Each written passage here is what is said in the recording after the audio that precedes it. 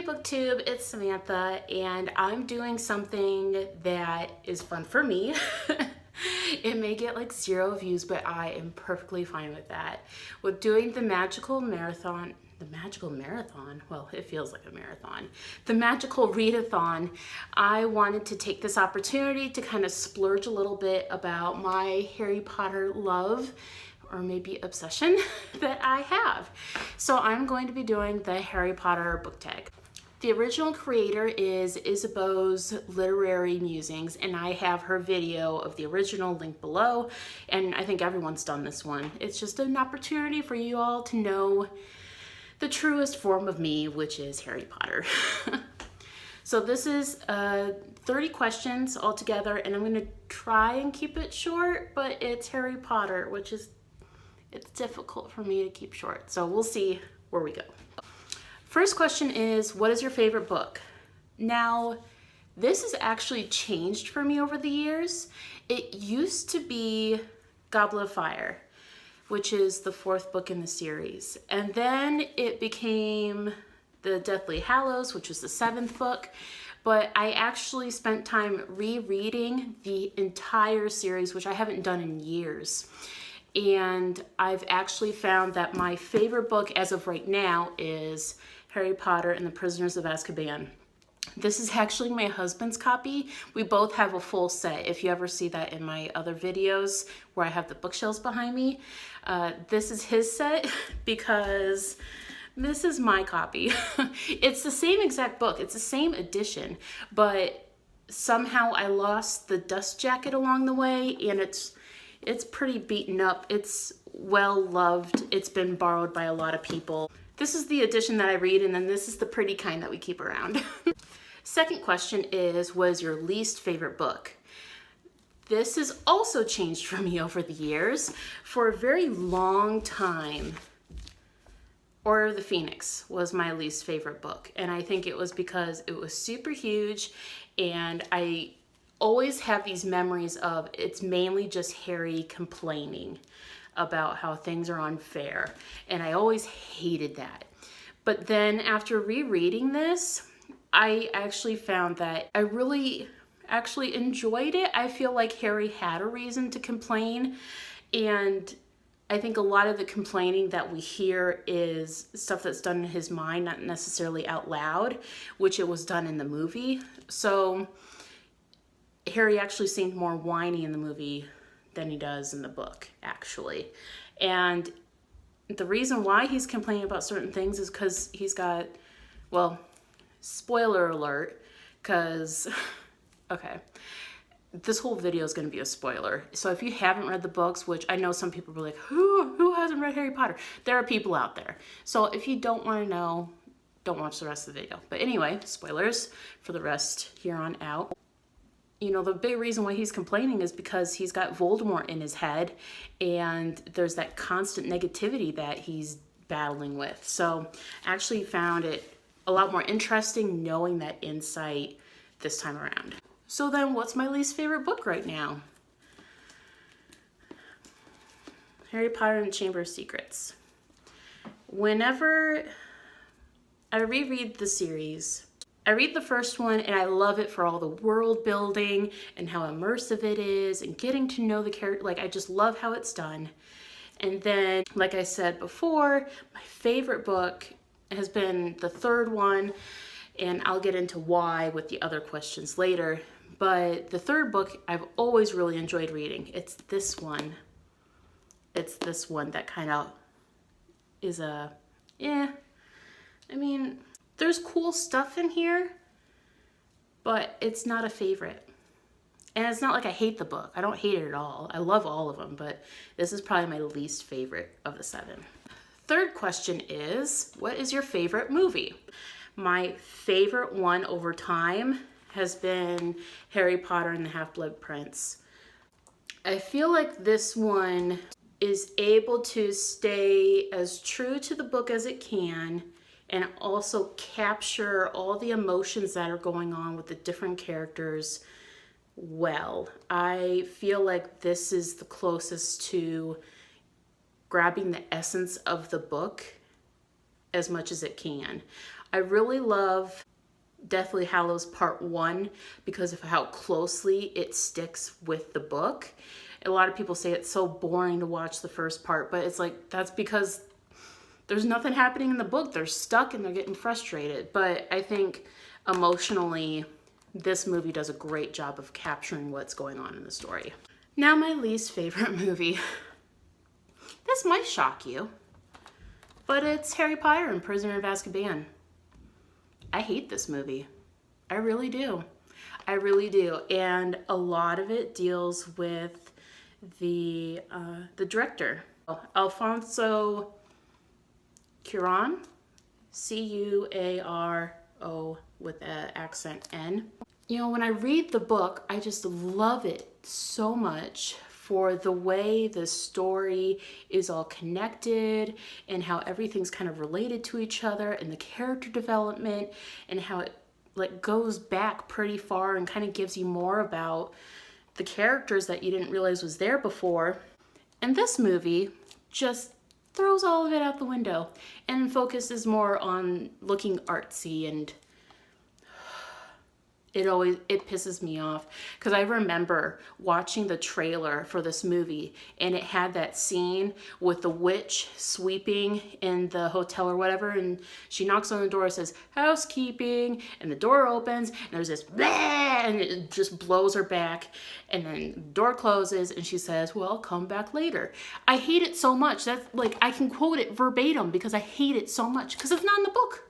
It takes up so much time and it has nothing to do with the plot of the book. And they took out so much from the book that they had time to put in here. If they didn't focus on the artsy stuff, like with the whole Whomping Willow where they'd focus on it for like 15 seconds at a time through the movie, and they could have just taken it out. There's so much artsy stuff or added scenes that were not in the book that did not add to the atmosphere of the world. Like, the world building's been done. You don't have to add any more. It was just created out of nowhere. And they could have put information in the book that would have made the movie better. I could go on longer, but we're gonna keep it there because we gotta get this video going. Favorite quote. I have a few. That I really love, and of course they're on my Bookly app, which is on my phone, which I'm recording on. Most of them come from Dumbledore, though. That may not be a surprise to anyone. One of my like almost all-time favorite ones is, happiness can be found in the darkest of times if one only remembers to turn on the light. I really love that one because it really speaks to why I love the books. In my life, I've really struggled with anxiety and depression for long periods of time. And mainly when I was reading this series, you know, I was about the age of Harry and I really identify with the characters. And when I read that quote from Dumbledore, I mean, it has lasting effects on me that, you know, you can find happiness even in the darkest of times. You just have to remember those light moments, those memories that are happy. And it's always gotten me through. And overall, that's kind of what the whole series does for me. It is a struggle of a person who, as Sirius had said, you know, you were a good person and bad things have happened to you. And it's about Harry's constant battle against all this negative stuff, all these things that, you know, he didn't earn on himself. He didn't do anything. He was just born into the world, and it has to do all these things that no one should have to do. And he's constantly fighting, and he's constantly still trying to make the best out of things. That's what I really love about this series, and that's one of the things I really get from it that really connects with me. Number 6. Who's your favorite Weasley? It's Fred. Why not George, you say? It's Fred. There's something about Fred. Favorite female character. This is interesting. So for years and years and years and years and years and years, I've always loved Hermione Granger. Always. I always looked up to her. I could always identify with her because she's a book person, book smart person, always goes to the books to find an answer. And after rereading the books, Like maybe this is just older Sam's favorite character. So young Sam, Hermione Granger for sure, because I could identify with her. But older Sam, my favorite character is definitely Professor McGonagall. I love how wise she is. I love her in Order of the Phoenix because I really identify with how she talks with Umbridge and interacts with Umbridge. Kind of like, I'll do what you want, but I'm not going to be nice about it. And just kind of rebel playing with it. I identify with that so much. So I just really love her. She's just a strong character. Favorite villain? I'm gonna say Snape. Yeah. I know there's this whole huge debate about Snape was not a good person. He treated the kids horribly. He should have never been a teacher. You shouldn't idolize him for doing all these things for Lily, protecting Harry. It was selfish and everything, but like, it makes him, that's why he's my favorite villain. I mean, he is a villain. I'm admitting that he is a villain, but I love that vulnerability because it still shows that he was a human person. He made more mistakes than he probably should have, and maybe he shouldn't have been around kids. But he is smart, he is intelligent, he knows what he's talking about, and he did a lot of brave, dangerous things. Didn't make him a good person, still a villain, but he was a very complex individual, and I really love that about him. Favorite male character?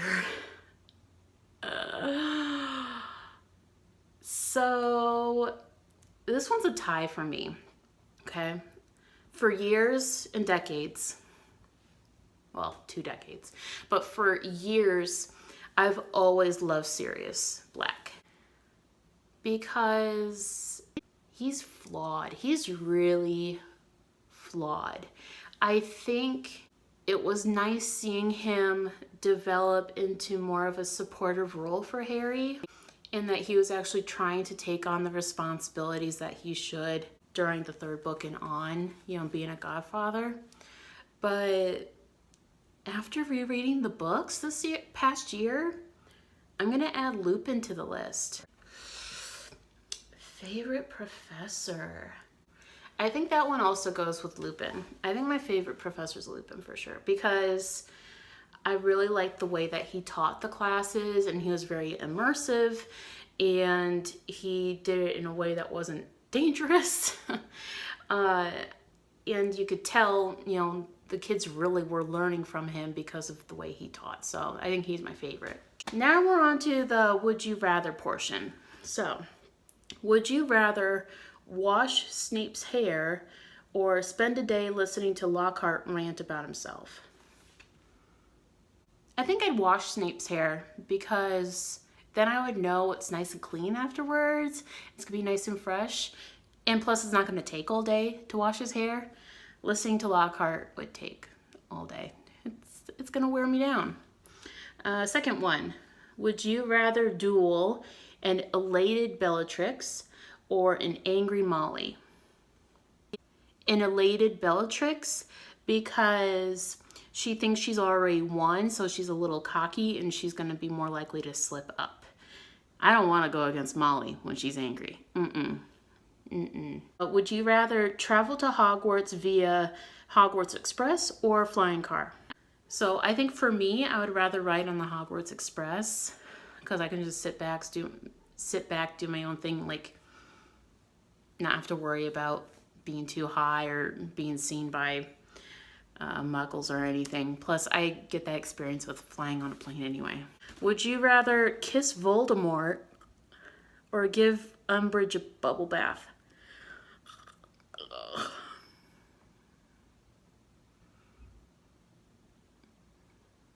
Kiss Voldemort. Because it doesn't have to be long. It doesn't say make out with Voldemort. No, it just says kiss him. I'm going to kiss Voldemort. I don't want anything to do with Umbridge. Would you rather ride a hippogriff or ride a firebolt? Because I would like to write a hippogriff because you're like actually like on a creature and with the whole wings and everything. But with the firebolt, like I know I could get a better grip. That's what she said.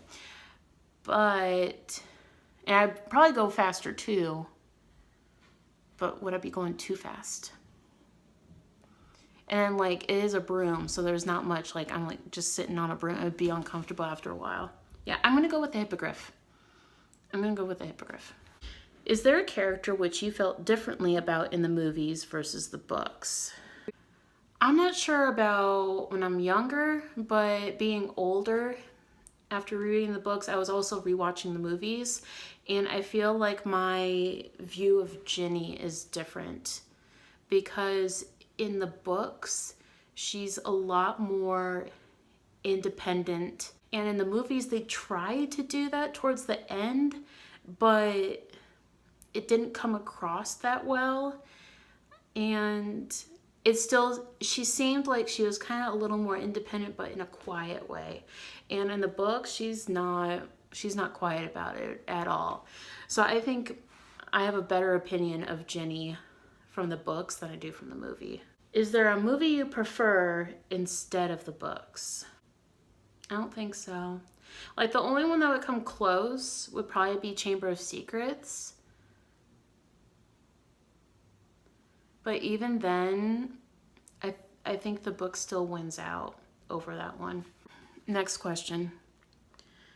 Richard Harris or Michael Gambon as Dumbledore?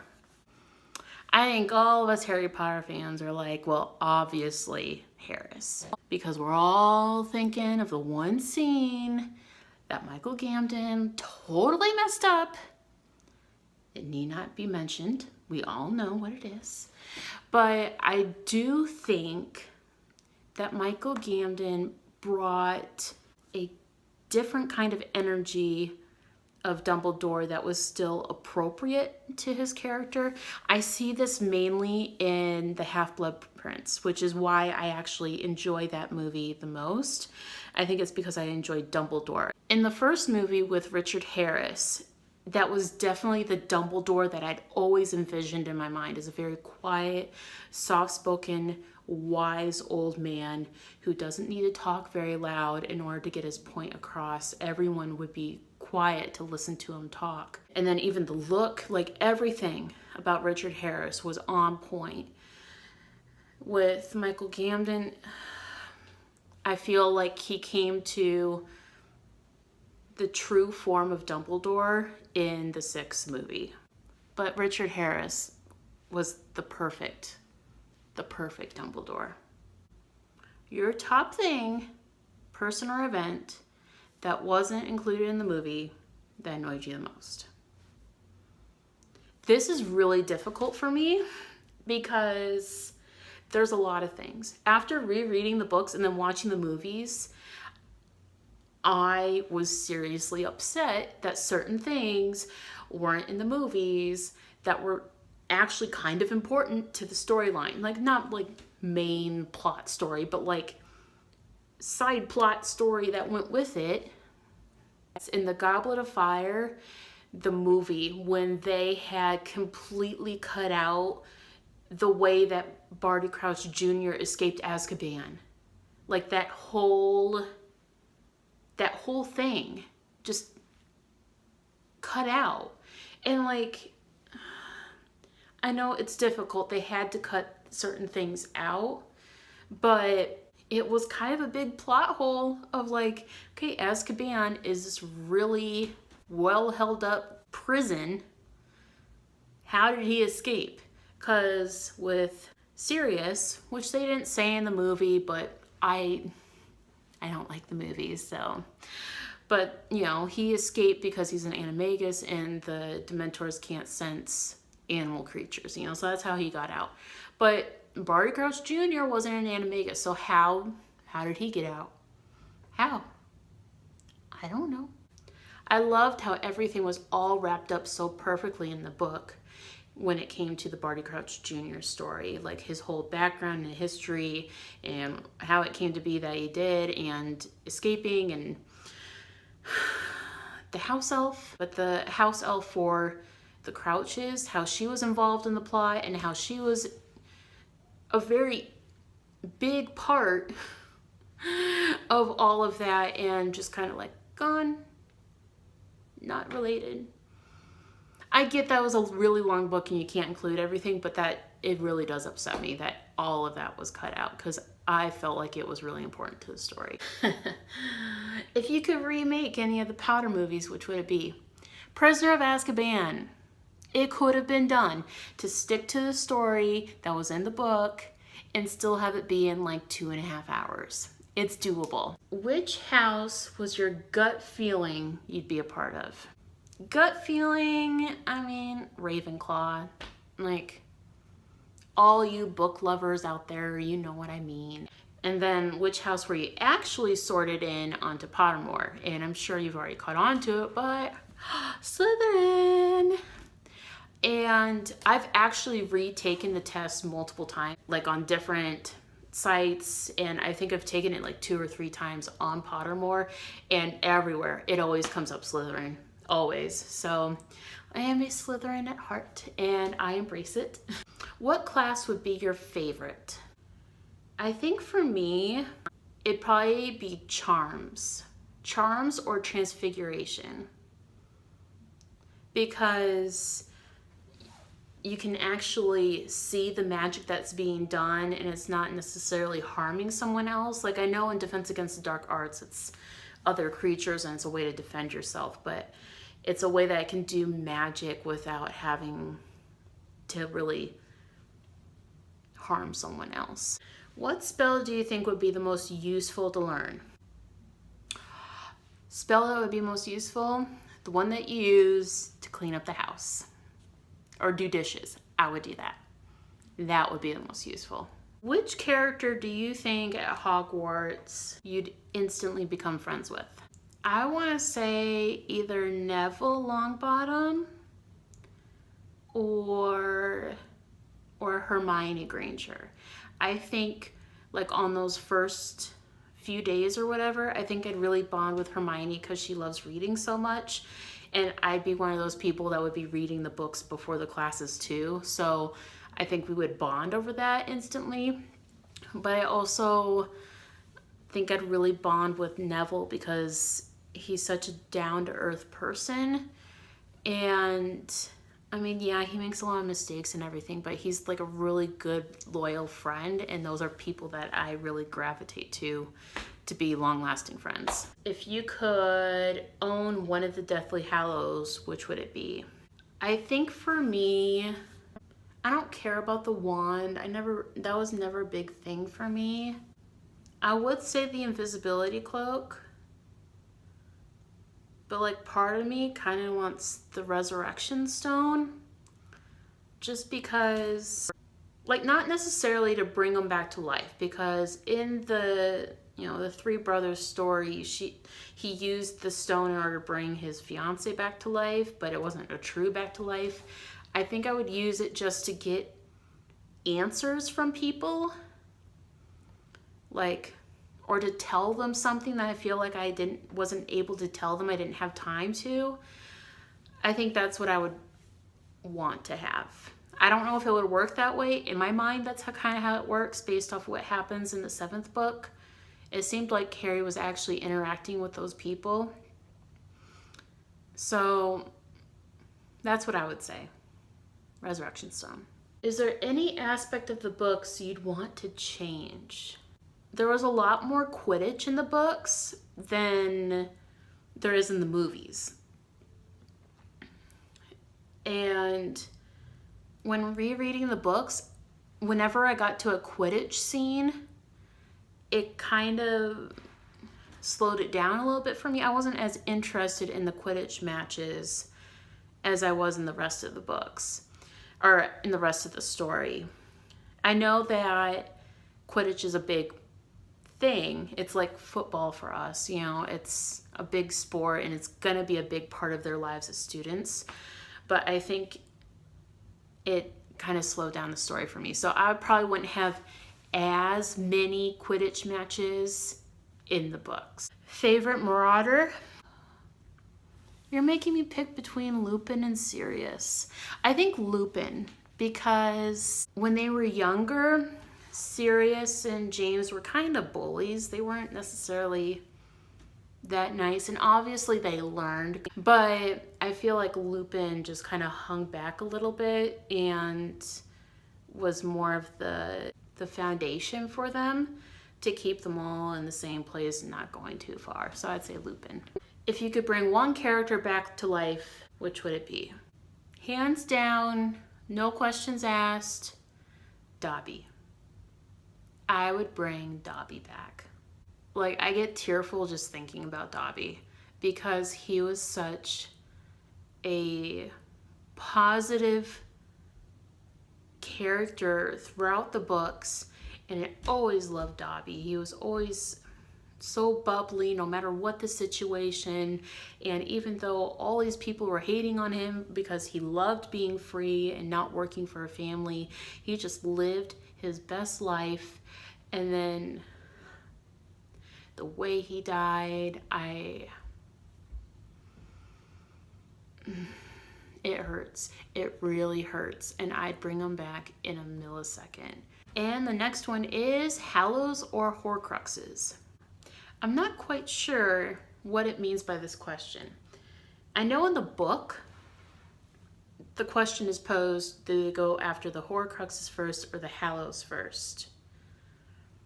And I wonder if it's in that specific reference, I'd go after the Horcruxes first.